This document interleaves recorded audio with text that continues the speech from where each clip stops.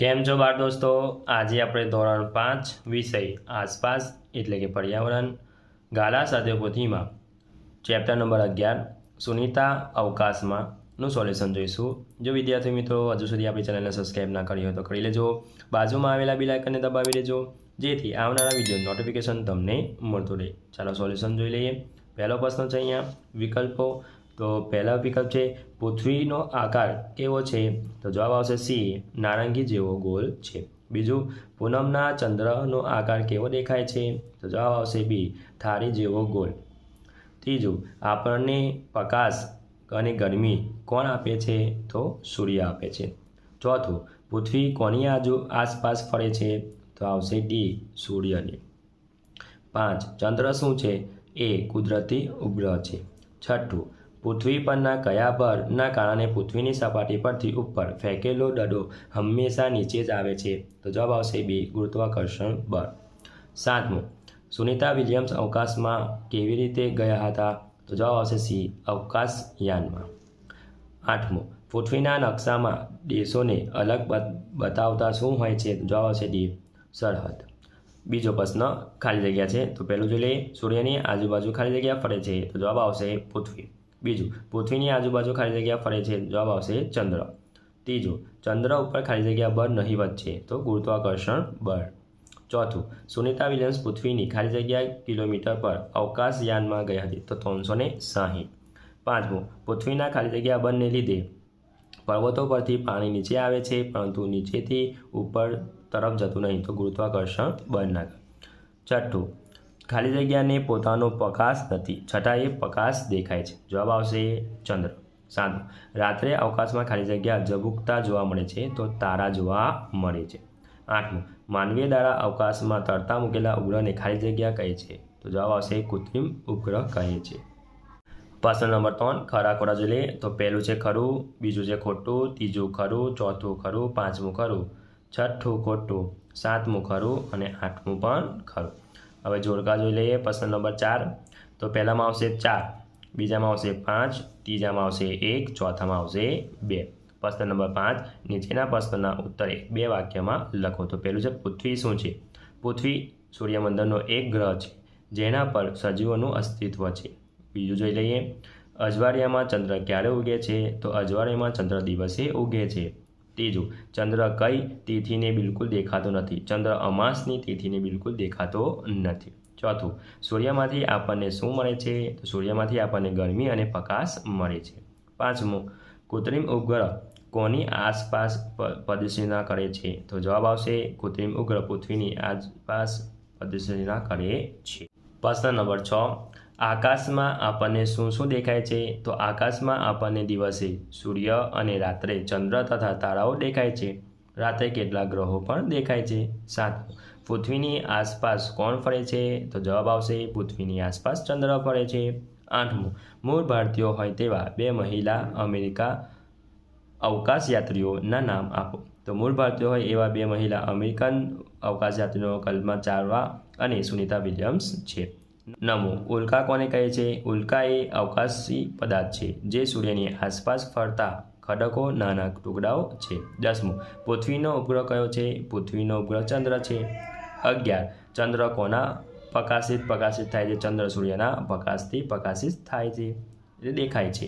12મું ગુરુત્વાકર્ષણ બળ એટલે શું? પૃથ્વી દરેક પદાર્થને પોતાની તરફ આકર્ષે છે, આ આકર્ષણ બળને ગુરુત્વાકર્ષણ બળ કહે છે। 13મું અવકાશયાનમાં સુનિતા વિલિયમ્સ વાળ કેમ ઊભા રહે છે? તો અવકાશમાં ગુરુત્વાકર્ષણ બળ શૂન્ય હોવાથી સુનિતાના વાળ અવકાશયાનમાં તરતા હોવાથી ઊભા રહેતા હતા। 14મું જો પૃથ્વી ગોળા જેવી હોય તો આપણને નીચે કેમ પડી જતા નથી? તો પૃથ્વી ગુરુત્વાકર્ષણ બળના કારણે આપણે પૃથ્વીની સપાટી પર સતત ખેંચાતા રહે છે, તેથી પૃથ્વી ગોળા જેવી હોવા છતાં આપણે નીચે પડી જતા નથી। 15મું તમે પૃથ્વીના ગોળા પર શું શું જોઈ શકો છો? શું પૃથ્વીના ગોળા પર વિવિધ ખડકો અને દેશો, સમુદ્ર, ધ્રુવ પ્રદેશો, અક્ષાંશ અને રેખાંશ વગેરે જોઈ શકો છો। હવે આગળનો પ્રશ્ન નંબર 6 નીચેના પ્રશ્નનો ઉત્તર લખો। તો પહેલું છે તમે ક્યારેક બપોરે 12 વાગ્યા ચંદ્ર જોયો છે? આપણે દિવસે તારા અને ચંદ્ર કેમ સરળતાથી જોઈ શકતા નથી? તો જવાબ આવશે ના, મેં ક્યારેય બપોરે 12 વાગ્યે ચંદ્ર જોયો નથી. સૂર્યની પૃથ્વી ખૂબ જ પ્રકાશ અને ગરમી આપે છે. સૂર્યના તેજસ્વી પ્રકાશથી સરખામણીમાં તારા અને ચંદ્ર પ્રકાશ ખૂબ જ ઝાંખો હોવાથી તે દેખાતો નથી. આથી આપણે દિવસે તારા અને ચંદ્ર સરળતાથી જોઈ શકાતા નથી. બીજું, સૂર્ય, પૃથ્વી અને ચંદ્ર વચ્ચે શું સંબંધ રહેલો છે? તો જવાબ જોઈ લઈએ. પહેલું, સૂર્ય એક તારો છે. બીજું, પૃથ્વી સૂર્યમંડળનો એક ગ્રહ છે. પૃથ્વી સૂર્યની આસપાસ ફરે છે. ત્રીજું, ચંદ્ર પૃથ્વીનો ઉપગ્રહ છે. ચંદ્ર પૃથ્વીની આસપાસ ફરે છે. ચોથું, સૂર્યનો એક ગ્રહ પૃથ્વી છે અને ચંદ્રનો ઉપગ્રહ ચંદ્ર છે. પાંચમું, સૂર્ય સૌથી મોટો, તેનાથી નાનો પૃથ્વી અને પૃથ્વીથી નાનો ચંદ્ર, આમ ત્રણેય અવકાશી પદાર્થ છે. ત્રીજું જો લઈએ, ચંદ્ર સાથે કયા તહેવારો સંબંધિત છે? આ તહેવારોના નામ લખો. તો જવાબ આવશે દિવાળી, ભાઈબીજ, દેવ દિવાળી, મહાશિવરાત્રિ, હોળી, રામનવમી, હનુમાન જયંતિ, રક્ષાબંધન, જન્માષ્ટમી, ગણેશ ચતુર્થી, ઈદ વગેરે ચંદ્ર સાથે સંબંધિત છે. હવે ચોથું જોઈ લઈએ, ચંદ્રની કળાઓ વિશે ટૂંકમાં સમજાવો. તો પહેલું, ચંદ્રને પોતાનો પ્રકાશ નથી. ચંદ્ર પર સૂર્યપ્રકાશ પડવાથી ચંદ્ર પ્રકાશિત દેખાય છે. બીજું, ચંદ્ર દરરોજ એક સરખો પ્રકાશિત દેખાતો નથી. ચંદ્રના પ્રકાશિત દેખાતા ભાગને કદમાં વધઘટ થાય છે. આથી ચંદ્ર પ્રકાશિત ભાગનો આકાર બદલાયા કરે છે. આને ચંદ્રની કળાઓ કહે છે. ત્રીજું, સુદ 1મી પૂનમ અને સુધીના ચંદ્રના પ્રકાશિત દેખાતા ભાગનું કદ ક્રમશઃ વધતું જાય છે.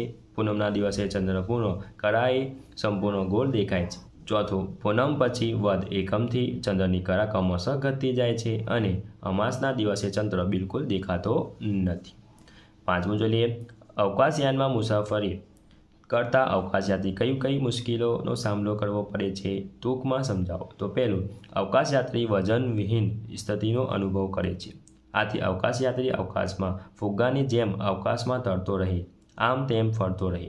બીજું, ટેબલ પર મૂકેલો ખોરાક અને ડીશ અવકાશમાં તરતી રહે છે.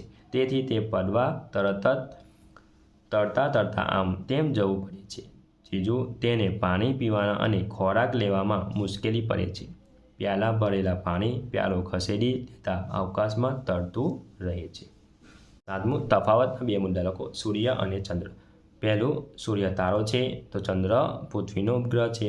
બીજું આવશે, સૂર્ય સૌ પ્રકાશિત છે. તો બીજું, ચંદ્ર પર પ્રકાશિત છે, તે પોતાનો પ્રકાશ નથી. બીજું જો લઈએ, પૃથ્વી અને ચંદ્ર. પહેલું છે, પૃથ્વી સૂર્યમંડળનો એક ગ્રહ છે. તો ચંદ્રમાં આવશે, ચંદ્ર એ પૃથ્વીનો ઉપગ્રહ છે. તો પૃથ્વીની અંદર બીજું તફાવત, પૃથ્વી સૂર્યની આસપાસ પરિભ્રમણ કરે છે. તો બીજું, ચંદ્ર પૃથ્વીની આસપાસ પરિભ્રમણ કરે છે. આઠમું, નીચેના પ્રશ્નો માગ્યા મુજબ ઉત્તર લખો. તો પહેલું છે, અવકાશયાનમાંથી લીધેલો પૃથ્વીનો ફોટો શું? અને નીચે પ્રશ્નના ઉત્તર લખો. તો પહેલું છે, તમે ભારત જોઈ શકો છો? હા, હું પૃથ્વીના ગોળામાં ભારતને શોધી શકું છું. બીજું, તમે બીજા કોઈ જગ્યાએ ઓળખી શકો છો? હા, હું દરિયો ઓળખી શકું છું. ત્રીજું, દરિયો ક્યાં છે? પૃથ્વીના ફોટોગ્રાફમાં નીલા ભાગનો દરિયો છે. હવે ચોથો જોઈ લઈએ, તમારા વિચારે ગોળામાં અને આ પૃથ્વીના ફોટોગ્રાફ વચ્ચે કઈ સમાનતા છે? કઈ રીતે અલગ છે? તો જવાબ જોઈ લઈએ, ગોળામાં અને પૃથ્વીના ફોટોગ્રાફ પૃથ્વી ગોળ છે એમ દેખાય છે. આ સમાનતા છે. અલગ એ છે કે પૃથ્વી ફોટોગ્રાફ દેશો અને જગ્યાઓ ઓળખી મુશ્કેલ છે, જ્યારે પૃથ્વીના ગોળામાં દેશોની સરહદો દર્શાવી હોવાથી સરળતાથી ઓળખી શકાય છે. હવે બીજો છે, ભારતના નકશાને જુઓ અને નીચેના પ્રશ્નનો જવાબ. વિદ્યાર્થી મિત્રો, આ નકશો તમારે ધ્યાનપૂર્વક અભ્યાસ કરવાનો છે અને પછી નીચેના પ્રશ્નનો જવાબ આપવાનો છે. તો પહેલો પ્રશ્ન જો લઈએ, તમે કયા રાજ્યોમાં રહો છો? તે રાજ્ય નકશામાં શોધી બતાવો. હું ગુજરાત રાજ્યમાં રહું છું. બીજું, તમે જે રાજ્યમાં રહો છો તેની બાજુમાં કયા રાજ્યો આવેલા છે? તો હું ગુજરાત રાજ્યમાં રહું છું. તો ગુજરાત રાજ્યની પડોશમાં રાજસ્થાન, મધ્યપ્રદેશ અને મહારાષ્ટ્ર આવેલા છે. ત્રીજું, તમે બીજું કોઈ રાજ્ય ગયા છો? નામ લખી નકશામાં બતાવો. હા, હું મારી શાળામાં જુદા જુદા પ્રવાસોમાં હું રાજસ્થાન, મહારાષ્ટ્ર, હિમાચલ પ્રદેશ, ઉત્તરાખંડ, કાશ્મીર, પંજાબ રાજ્યમાં ગયો છું. ચોથું, ઉમંગ વિચારે છે કે જમીન પર રાજ્યો વચ્ચે સરહદો દોરેલી છે. તમે શું માનો છો? ના, જમીન પર રાજ્યો વચ્ચે કોઈ પણ પ્રકારની સરહદો દોરેલી નથી. તે ફક્ત નકશામાં દર્શાવવામાં આવે છે. ત્રીજું, ટૂંક નોંધ લખો. કૃત્રિમ ઉપગ્રહ. કૃત્રિમ ઉપગ્રહ માણસે અવકાશમાં છોડેલો ઉપગ્રહ છે કે જે પૃથ્વીની નિશ્ચિત કક્ષામાં પરિભ્રમણ કરે છે. 1957માં સૌપ્રથમ રશિયાએ એક ઉપગ્રહ સ્પુટનિક 1 અવકાશમાં મૂક્યો હતો. આ ઉપયોગ પછી ઘણા બધા કૃત્રિમ ઉપગ્રહ અવકાશમાં મૂકવામાં આવ્યા છે. ભારતનો પહેલો કૃત્રિમ ઉપગ્રહ આર્યભટ્ટ 19 એપ્રિલ 1975ના રોજ રશિયાના અવકાશી મથક પરથી અવકાશમાં છોડેલો હતો. આ પછી ભારતે ઘણા કૃત્રિમ ઉપગ્રહ પોતાના અવકાશી મથક પરથી છોડ્યા છે. કૃત્રિમ ઉપગ્રહ અવકાશમાં કેટલાક ઉદ્દેશો સાથે મૂકવામાં આવે છે, જેમાં ટેલિવિઝન અને ટીવી પ્રસારણ માટે, મોસમ વિજ્ઞાન સંબંધિત અધ્યયન અને આંતરરાષ્ટ્રીય જાસૂસી મુખ્ય બાબતો છે. હવે 9મું, નીચેના આપેલા પદાર્થનું અવકાશીય પદાર્થ અને પૃથ્વી પર પદાર્થનું વર્ગીકરણ કરો.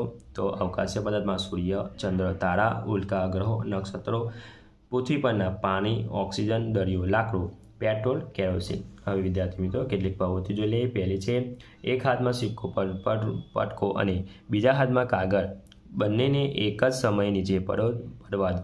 શું થયું? તમારું કરો. 5 રૂપિયાનો સિક્કો પહેલાં નીચે પડશે, કાગળ થોડી વાર પછી પડશે. હવે બીજું જોઈ લઈએ. હવે નાનો કાગળ સિક્કો પર મૂકો અને નીચે પડવા દો. આ વખતે શું થયું? આન્સર અવલોકન જોઈ. આ વખતે 5 રૂપિયાનો સિક્કો અને કાગળ બંને સાથે જ નીચે પડશે. બીજું છે એ જ રીતના તમે અહીંયા જોઈ લેશો. જવાબ જોઈ લઈએ કે જ્યારે નાના પથ્થરને ફેરવીએ છીએ ત્યારે તેના પર બળ ઉત્પન્ન થાય છે, જેનાથી તે મોટા પથ્થરને ઊંચકે છે. હવે ત્રીજો પ્રશ્ન છે વિદ્યાર્થી મિત્રો, રાકેશ શર્મા, સુનિતા વિલિયમ્સ કલમાં ચાલવાનું. આ તમારે ફોટો અહીંયા ચોંટાડવાનો રહેશે. હોટ પ્રશ્નો જોઈ લઈએ. વિકલ્પો છે તો પહેલો છે, સુદ એકમથી પૂનમ સુધી પગથિયાવાળું કયા નામથી ઓળખાય છે? તો જવાબ આવશે બી, અજવાળિયું. બીજું, કયો અવકાશી પદાર્થ ઉપગ્રહ છે? તો જવાબ આવશે એ, ચંદ્ર. ત્રીજું, સુનિતા વિલિયમ્સે કઈ સાલમાં અવકાશ યાત્રા શરૂ કરી હતી? તો જવાબ આવશે એ, 2006. ચોથું, કયા અવકાશી પદાર્થને ખરતો તારો કહે છે? તો જવાબ આવશે સી, ઉલ્કા. જો વિદ્યાર્થી મિત્રો આ મારો વિડીયો ગમ્યો હોય તો લાઈક કરજો, તમારા ફ્રેન્ડ સાથે અચૂકથી શેર કરજો. હજુ સુધી આપણી ચેનલને સબસ્ક્રાઈબ ના કરી હોય તો કરી લેજો. બાજુમાં આવેલા બેલ આઇકનને દબાવી દેજો, જેથી આવનારા વિડીયો નોટિફિકેશન તમને મળતું રહે. Thank you.